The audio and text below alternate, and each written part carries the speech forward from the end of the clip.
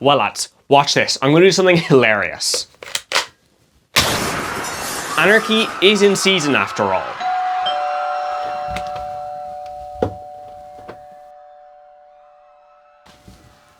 Here lads, they're telling me that I can't disturb the peace like this.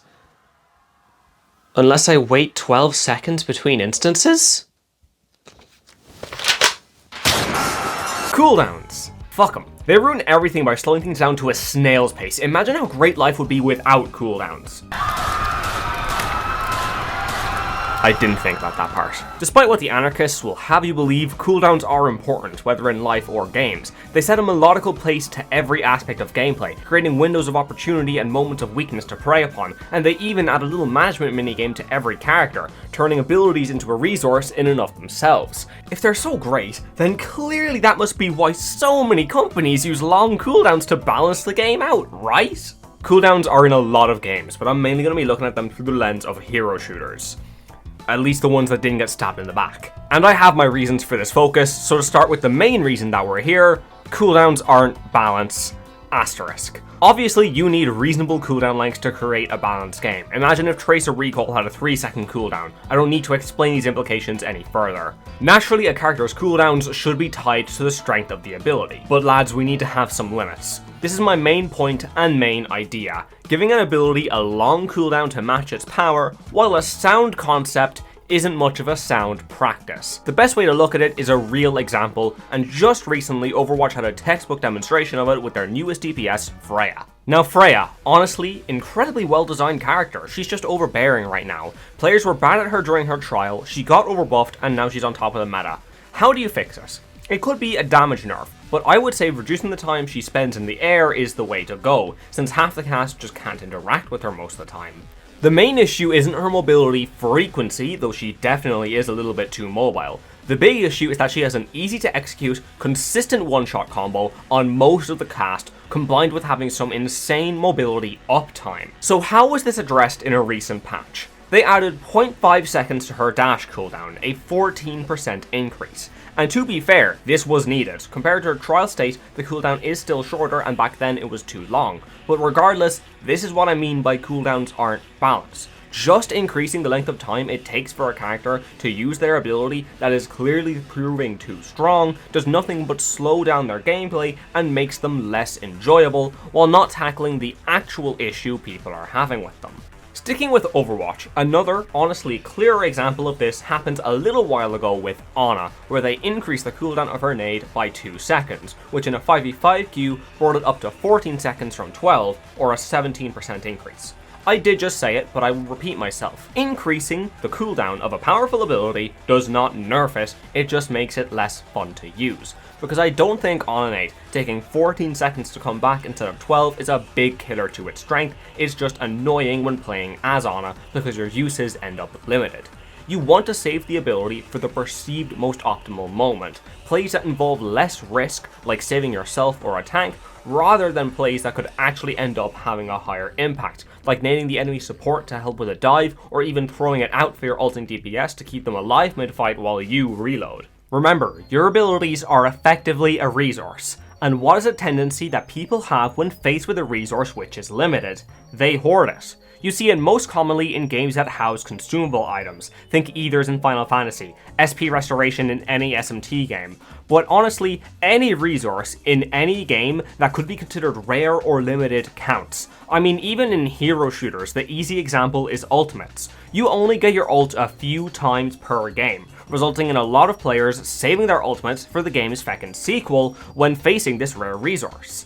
The exact same concept applies to abilities that end up having too long of a cooldown, effectively abilities that are made to be too rare. And on that, if an ability is too powerful that the only way to balance it is a long cooldown, we probably have an ability that's too powerful in general. I mean, Baptiste's Immortality Field has a 25-second cooldown and it took years for it to get to a point where it can be described as balanced, and even then players still dislike this ability, and I'll come back to this in a while. As a general rule, I would say that a strong ability should only be seen once or twice per fight, with some flexibility for pre and post fight uses, with the cooldown reflecting this. depending on the character and the general pace of their gameplay, taking their strong ability and allowing for it to be used in pre-fight skirmishes and letting that cooldown come back online in time for the actual battle should be the aim in most cases. And while I am focusing on hero shooters, the general idea would apply in other genres that feature cooldowns. Take MOBAs, the genre that inspired a lot of hero shooters. Obviously, longer cooldowns are at play, simply because the time to kill in these games is far longer than a shooter, and in general there is just a higher power level. For example, Warwick E, it's his strongest ability, aside from his ultimate, and it starts as a 15-second cooldown because a damage reduction and fear in one ability is extremely powerful in early game fights, so unless used early in one, it probably won't have the time to come back online during it, but as points are put into it, it goes down to 11 seconds to match the power of the game at later stages where the time to kill begins to decrease. So this cooldown is always matching the power level while still allowing it to be used before either side commits to the fight to try and gain some amount of an advantage.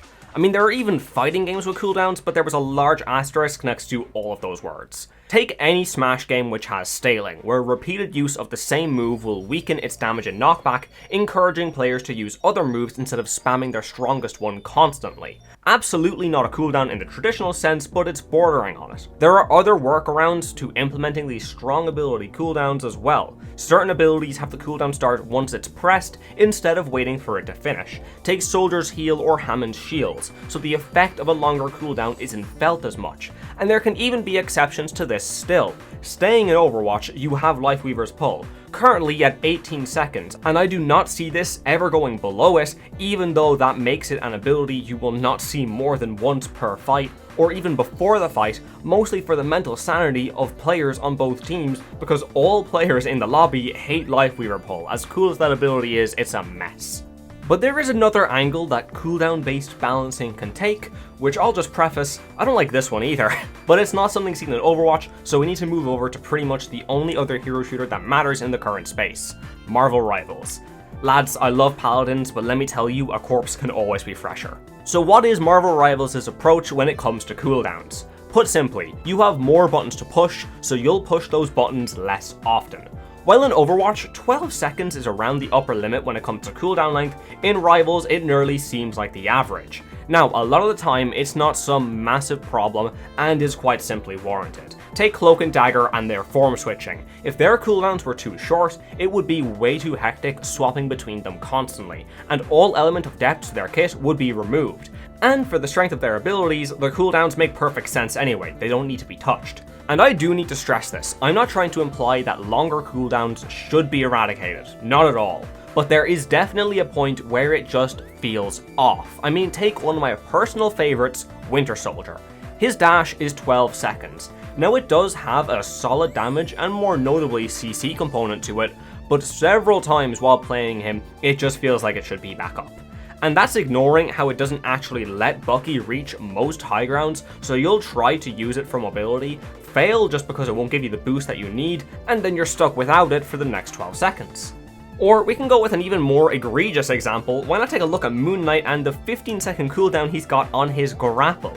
You know, this has nothing to do with balance or the power of the ability, this just makes no sense. Moon Knight should be jumping across the battlefield, constantly attaining different angles, and this just limits him. This style of cooldown is seen not across the entire cast, but the majority of it. Rivals characters tend to have a lot of abilities, and by extension, longer cooldowns on them. Like I already said, it's a more buttons to push that are pushed less often deal, when, in my opinion, less buttons to be pushed, which are pushed more often, is a more interesting gameplay loop and philosophy. At the end of the day, less is often more. And because Rivals has these longer cooldowns, the more interesting and fun parts of characters can't be accessed for particularly long intervals. Luna Snow Beams, Loki clone swapping, Emma Frost Diamond Form are all 15-second cooldowns. Now it can be argued that they need to be that long in order to actually be balanced. What have I been talking about for the last 9 minutes? If an ability is too strong and can only be balanced with a long cooldown, the ability is probably too powerful, lads. I mean Iron Man Overdrive, Loki's Stones, Rocket's Revive, Adam Warlock's Soul Bond. All of these have such long cooldowns because they're such powerful abilities. But if they're so powerful, why are they basic abilities?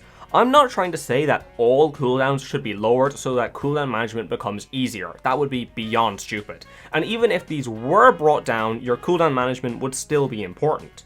I'm just saying that using cooldowns as the final barrier of balance is not the way to go. Like I have said so many times already, if an ability is too strong, a long cooldown will not prevent it from being too good. And even with the longer cooldowns, the lower frequency of it happening doesn't make anyone feel better. Strange needs his portal to get some level of value, or else all he's done is reduce the lifespan of his CPU. And this has done absolutely no favors when it comes to the fact that the ability just goes on cooldown if you cancel it. So if you're trying to set up a little portal cheese at the beginning of a game and move just a bit too far down the map, 3-minute cooldown right there. It's not fun to the user to have an ability that only gets used once every other fight. Look no further than Mercy Resurrection. If you're trying to play Mercy at all optimally, you cannot be rezzing whichever soul you see first. All you will do is feed ult charge. We've all seen or even been rezzed on tank in a 1v5 situation, resulting in an immediate death and who knows how much ult charge to the enemy team, which means Resurrection as an ability is one that you will only see 4, 5, maybe 6 times per 10 minutes, effectively meaning that half of Mercy's kit isn't being accessed for the majority of the game. Cooldown management is certainly a valuable and fun skill to have present in a game, but when you end up with an ability that barely gets consistent use, it only hampers and limits the experience of the player while removing the chance for the cooldown to actually be managed in an active way. And this does go the complete opposite direction. When a cooldown is so short that players never consider when to use it and just throw it out as often as they can, it just ends up kind of bland. Look at old iterations of Zenyatta's Discord Orb. You could just throw this onto anyone. No cooldown, any target, as many times as you wanted. Once they added the inability to apply Discord to a target who just removed it for 6 seconds, a significant amount more thought went into when to use Discord instead of just having it on the tank 24/7. Or on the other side of this same short spectrum, Tracer Blinks being 3 seconds. While yes, that is a really short cooldown, it also fits perfectly with her fast-paced nature.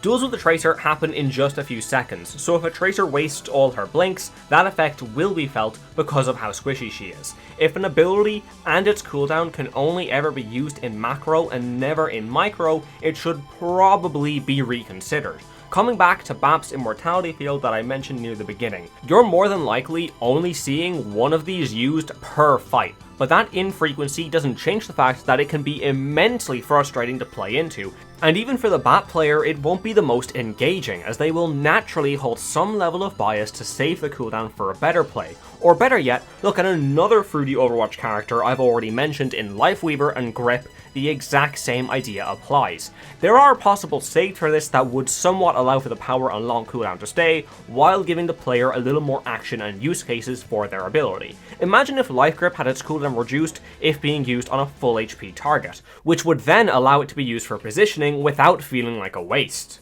This is another method to offset the limitations of a long cooldown, giving players methods to lower it themselves, or conditional cooldowns, but it's an extreme case-by-case basis. An easy example of it in action is Overwatch and Venture. Their Drill Dash cooldown has double reduction when underground, effectively halving it, allowing it to be used for mobility and disruption without feeling like it should be saved for when Venture is above ground for better damage. And just returning to Rivals, these long cooldown theories get worse with team-ups. Most tack on an extra ability to one or more characters, which nearly always have a 20 to 30 second cooldown between them and are often incredibly powerful abilities. So even though Iron Man would probably only get 1 Gamma Overdrive per fight, that doesn't make it any more fun to deal with as an enemy. And as the Iron Man player, being locked out of your strongest state, or better put, your most fun state for 20 seconds every time you use it, it doesn't lead to the most fun decisions on when to use it. Although that team up literally just got removed as I wrote this. And all this has been ignoring the issue that I have with a lot of team ups just being bloat to already bloated kits, but that's a different discussion entirely, and either way the ultimate combo ones are cool, these ones can stay. Like all things in a game, cooldowns are a balancing act, but I'd argue they're even more difficult than most. Too short and not a single thought is ever put into when the ability is used. Too long and you have the reverse. Too much thought gets put in on when to use an ability that is probably too powerful for its own good.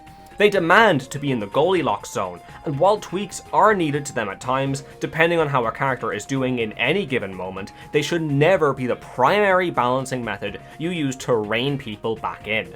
And while I was talking about cooldowns, the government imposed a new one on me. I am in prison!